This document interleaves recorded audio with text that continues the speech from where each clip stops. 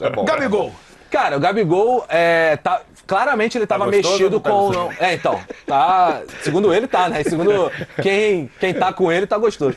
Cara, claramente ele tava incomodado com o jejum de gols com bola rolando, né? Fazia 80 dias que ele não fazia um gol com bola rolando.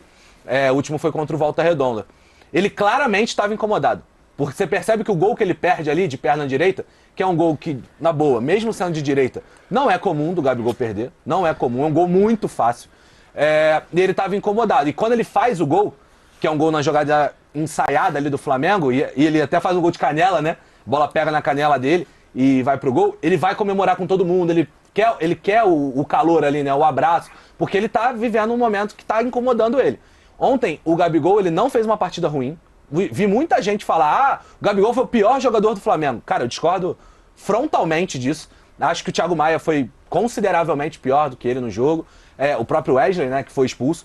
Mas é isso, eu acho que o Gabigol agora ele tá voltando ao que ele fazia com o Dorival. O São Paulo entendeu que era o melhor lugar para escalar o Gabigol. Acho que faz sentido, ele tem participado do jogo, tem sido uma peça importante na construção do Flamengo.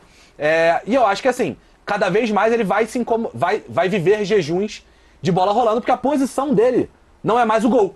A posição dele é a do 10, é o cara que constrói. Então ele também vai ter que criar dentro da cabeça dele, mudar essa chavinha, né, na cabeça dele, que a carreira dele está caminhando no Flamengo para uma parada mais distante do gol. Então, quanto menos ele se incomodar, mais solto ele vai estar para jogar. Esse ponto do tá Wallace, pronto pra ô, isso Vitor, também?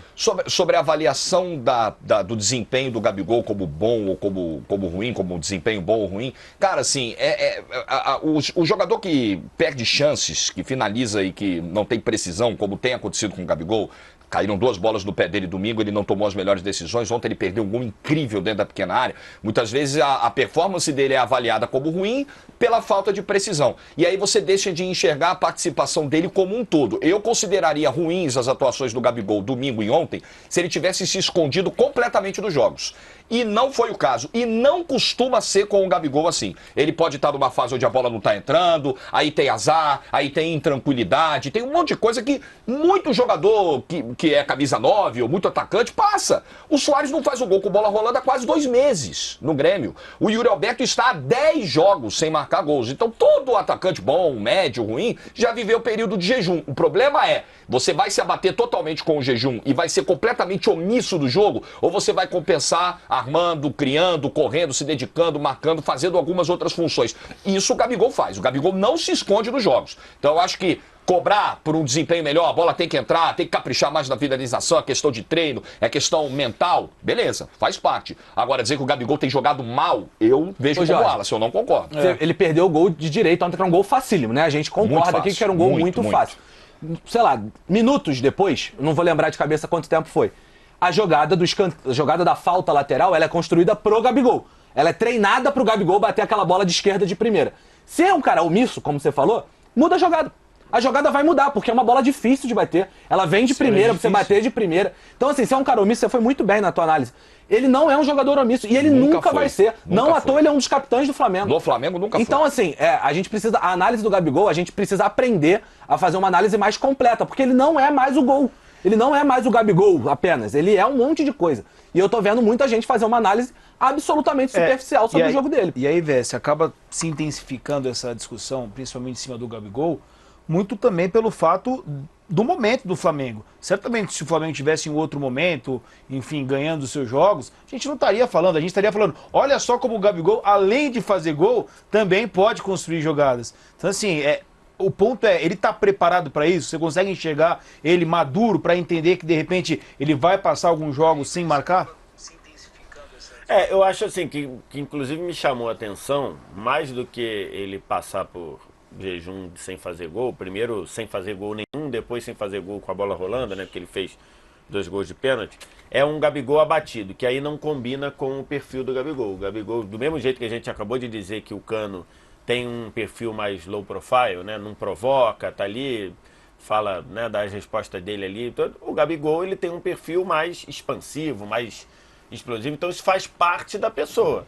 Então, por exemplo, o Gabigol viralizou outro dia com um torcedor do Flamengo esculhambando ele na saída do campo, em um dos jogos lá do Maracanã.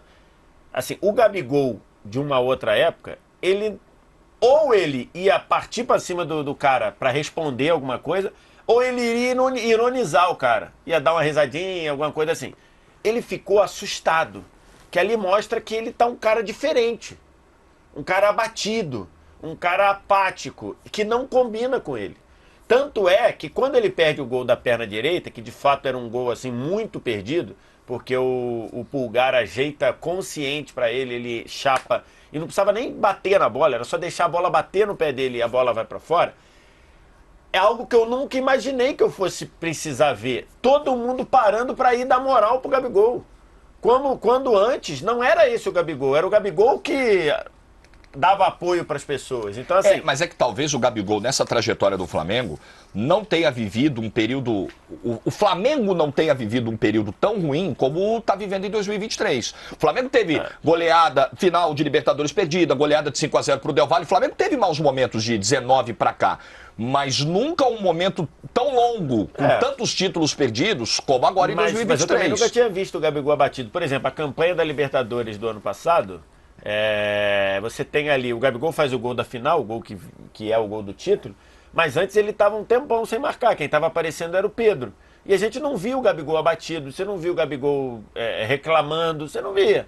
Você via, aí começava a falar do Gabi assistência, porque nessa trajetória ele deu várias assistências, jogo contra o Vélez ele deu, sei lá, 2 assistências. Foi o maior assistente da Libertadores, né? Do ano passado, eu nem lembrava. Então assim, você falava, que aí é um pouco do que o Vitor falou, acho que você tocou nisso também, né? Quando a coisa tá boa, você destaca que ele tá virando um armador, entre aspas. Quando tá ruim, você destaca que ele é um caneleiro. Não, e outra coisa, se a coisa tá boa, eles vão dizer, o Gabigol tá ficando mais maduro. Ele não responde provocação e etc. Mas o resultado mas eu acho né? que o que me chamou mais atenção nesse período é o Gabigol abatido. Tá, e em cima disso... o Gabigol abatido. Por isso que, depois que eu cheguei em casa, que eu fui ver o que o Gabigol falou, eu falei, opa, é um Gabigol que tá voltando. Quando ele vai pra entrevista, ele diz, não, eu vou perder gol mesmo, porque as coisas é assim. Ou quando ele diz, quem tá comigo em casa tá dizendo que eu tô gostoso, pelo menos já é uma volta de um Gabigol com o perfil do Gabigol. Que eu acho que isso é importante pro jogo dele. Um Gabigol apático, um Gabigol que perde gol e fica com cara de quem tá... Assim, não faz parte do perfil do Gabigol. Por isso que eu citei. Eu acho que ele, pelo menos, esteve. Não sei se ainda tá. Mas quando você tem ele perdendo um gol e todo mundo está... Porque, olha o que eu quero dizer. Quando ele Você lembra o Ronaldo na Copa de 98? Na final? Quando o Barthez se choca com o Ronaldo. Vai todo mundo. O time do Brasil, o campo. O time do Brasil para ir olhar o Ronaldo. Por quê? Porque sabiam do que tinha acontecido no hotel, falou, caramba, o cara vai lá. Morreu. O cara vai ter um... Ontem, eu me lembrei, guardadas as devidas proporções, eu me lembrei disso. Porque o Gabigol perdeu o gol, aí foi o Everton Ribeiro lá, foi o Thiago Maia lá, assim... Como se todo mundo falando, caramba, cara, olha o que eu tô pensando. De repente o cara vai lá, puta, ele tá na merda. Perder um gol desse vai piorar.